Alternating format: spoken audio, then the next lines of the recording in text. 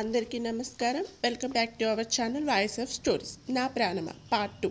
అర్చన మనసులో భయం కంటే ఎక్కువ తన తల్లిదండ్రుల గురించి బాధగా ఉంది. వాళ్ళు తన పెళ్లి గురించి తెలిసి ఎలా రియాక్ట్ అవుతారు అని చెప్పి ఉంటే తన ప్రేమను అర్థం చేసుకునేవారు. అరవింద్ అతని పరిస్థితి వల్ల పెళ్లి చేసుకుందామంటే తప్పక అతని మాటని కాదు అనలేకపోయింది. ఇప్పుడు చెప్పిన వారు తనను అర్థం చేసుకుంటారు. ఏంటో తన పరిస్థితి తనకి అర్థం అవ్వడం లేదు. ఫ్రెండ్ పెళ్ళని చెప్పి బయటికి వచ్చింది. నిజమే, ఫ్రెండ్ పెళ్ళికనే వచ్చింది. తను ఇద్దరు 10th వరకు ఒకే స్కూల్లో చదువుకున్నారు. అప్పుడు ఇద్దరి మధ్య ఎటువంటి అట్రాక్షన్ లేకుండా తర్వాత ఇంటర్ అయ్యాక అప్పుడే కొత్తగా అందరినీ చిన్న స్మార్ట్ ఫోన్ కారణంతో 10th గ్రూప్ అంటూ ఒకటి ఏర్పడి అందులో 2 మెంబర్స్ చేరారు. ఇంటర్ పూర్తి అయ్యాక అర్చన తన కుటుంబ పరిస్థితి బట్టి తండ్రికి ఇబ్బంది అవ్వకూడదు అని బీఎస్సీ జాయిన్ అయితే అరవింద్ ఇంజనీరింగ్ అంటూ సిటీలో శ్రీ చైతన్య జూనియర్ నారాయణ కాలేజ్లో జాయిన్ అయ్యాడు.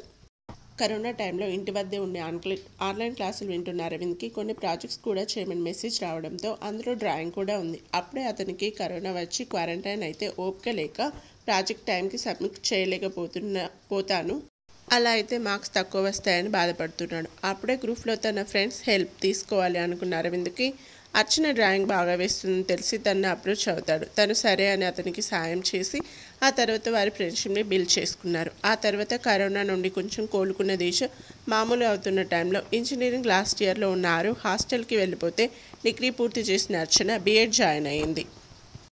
ఆ తర్వాత ఇద్దరు పర్సనల్గా కలవడం అప్పుడప్పుడు జరిగితే ఒకరోజు అరవింద్ అర్చనకి ప్రపోజ్ చేశాడు. అతని గురించి మంచివాడు అని విన్నట్టు తను వారిద్దరికి పరిచయం అయ్యాక కూడా అతను ఏంటి అన్నది తెలిసి ఓకే అంటే స్నేహం కాస్త ప్రేమగా మారింది. ఇద్దరు లైఫ్లో సెటిల్ అవుతున్నారు కనుక పెళ్ళికి తొందర ఏమి లేదు అని ఉన్నారు.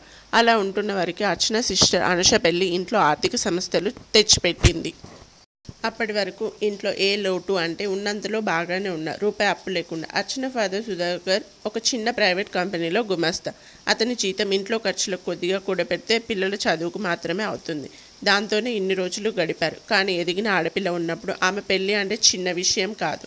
అనుషకు చదువు పెద్దగా అవ్వలేదు. అందుకే తన ఫ్రెండ్స్ 10th క్లాస్ పూర్తి చేసి తనకంటే 1 year జూనియర్ అయిన అర్చనతో రాసిన ఫలితం ఫెయిల్ అయితే చివరికి తమ్ముడు శశాంక్తో తనకంటే 3 సంవత్సరాలు జూనియర్తో రాసి అతి కష్టంగా 10 గట్టెక్కించి నా వల్ల కాదు చదువు అని కుట్టు మిషన్ నేర్చుకుంది.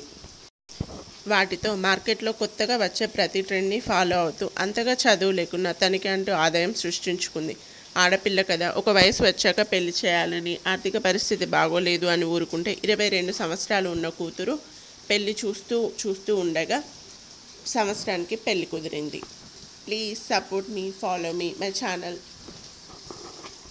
మీ అభిప్రాయాన్ని కామెంట్స్లో తెలియచేయండి.